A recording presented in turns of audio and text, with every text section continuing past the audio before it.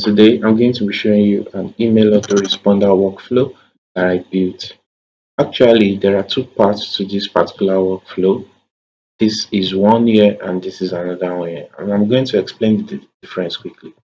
And this is one you might be familiar with in the sense that it's quite generic. Whenever an email is received, it simply classifies it into four predetermined categories. In this particular case, we have cancellation, consultation, payments, and others. So when a new email is received, it classifies it, and then depending on the category it belongs to, there are predetermined set of responses that will be sent out to the email sender. You can see here there are predetermined set of responses that will be sent to sender. So let me quickly run this. There is already a pin data here, so I'm just going to run this workflow so you can see how it works. And in this particular case, the email sent is categorized as payment. So let's just go ahead and see what the email says. Alright, the email is something about a billing notice for a service that has already been paid. So yeah, that actually belongs to payment. And then a reply was generated and sent. And let's check the email and see what we got here. Alright, we're sorry you experienced this issue. This is exactly what was written here. I formatted it as HTML so it can appear this beautiful. Like you can see it here. Formatted as HTML, but basically the content, if I scroll down, the content is, we are sorry you experienced this issue. Give us 24 hours, which is exactly what we got in this email. So this one is quite generic and it doesn't feel personalized. And that will bring me to the second workflow here. And this one is a little bit more personalized in the sense that you don't need to classify the email to any category. It doesn't matter what kind of mail the person is saying, what kind of category, inquiry, issue, or whatsoever it is. There are AI nodes here that will do the categorization, that will do the research, and will respond to the email in a more personalized way. So there is an addition here. This email node generates the response, and then there is a tool here called Chop It All Manual. Actually, this Chop It All Manual, now I'm using it as a form of reference for this particular business. I asked ChatGPT to give me a demo manual for a restaurant and it gave me this. So I added it to the node as a form of reference for the agent. So when anyone sends an email to this particular business, so the AI checks this particular manual so as to get a form of context so it can understand how to respond to the email based on what the business offers, based on what the business does. So if someone asks questions about maybe opening times, it will be able to check this manual and respond exactly based on the opening time. So if someone asks a question about delivery or logs a complaint about order, I can check this manual and respond accordingly.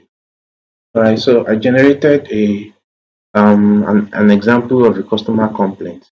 So I'm going to be sending it quickly. Yeah. Alright. So there's an additional benefit to this particular workflow. It checks if there are attachments. Right. So a quick rundown: when an email is received, it checks if there's an attachment or if there are multiple attachments. There are multiple attachments, it splits them, extracts the content, aggregates everything, and then feed it into this AI here. But if there is no attachment whatsoever, no problem. The body of the email is sent to this AI that does the reasoning, and then this formats it into an HTML so it can be beautiful like we saw in the previous message, and then the email is sent out. So let me quickly send this email and let's see what happens. Alright, so I've sent an email and it's a complaint about the recent order. So if we check this particular manual, let me check order section, complaints about order. Alright, so this is order management section. Okay, so the email is saying something about a late arrival. Mail arrived late, was disappointed and the likes. So let's see what the company says about delivery, late order. Anyways, let's see what the AI would say. So let me fetch the email manually here. I didn't publish this workflow. If I published it, it will have triggered automatically and the response would have been generated. I didn't publish it, so let me fetch the test event and just quickly confirm if it is complaint regarding. Alright, so this is it. I'm going to pin it and then let me run it through this workflow and let's see what happens. So it's already here. So you can see that it has checked the manual. Has checked the manual to get the context of what the company says about order delivery, late delivery, and the likes. And then the response has been sent. So let's check. We're sorry about your delivery experience. We'll make it right. That's the subject line. Good afternoon, Mr. Thank you for reaching out and please accept our sincere for the delay. We'd like to investigate immediately. Reply with the following. Once we have this, we'll review this and this and that. Store your credit for next, Nikon. Thank you for bringing it to our attention. We appreciate. You can see this feels more personalized. This actually feels like it was written by a real human being who understood the pain of the poor delivery experience that this customer must have experienced. And this is quite different and way better than a generalized and generic email format like this. I'm sure we've seen this a lot where as soon as you send a message, you receive this kind of generic response that you will be contacted in the next 24 hours. But this feels more personalized because it actually takes your message into context, reviews any form of context from the business as well. I added this manner as a tool. We can also have other tools, and that brings about the concept of RAG, retrieval augmented generation.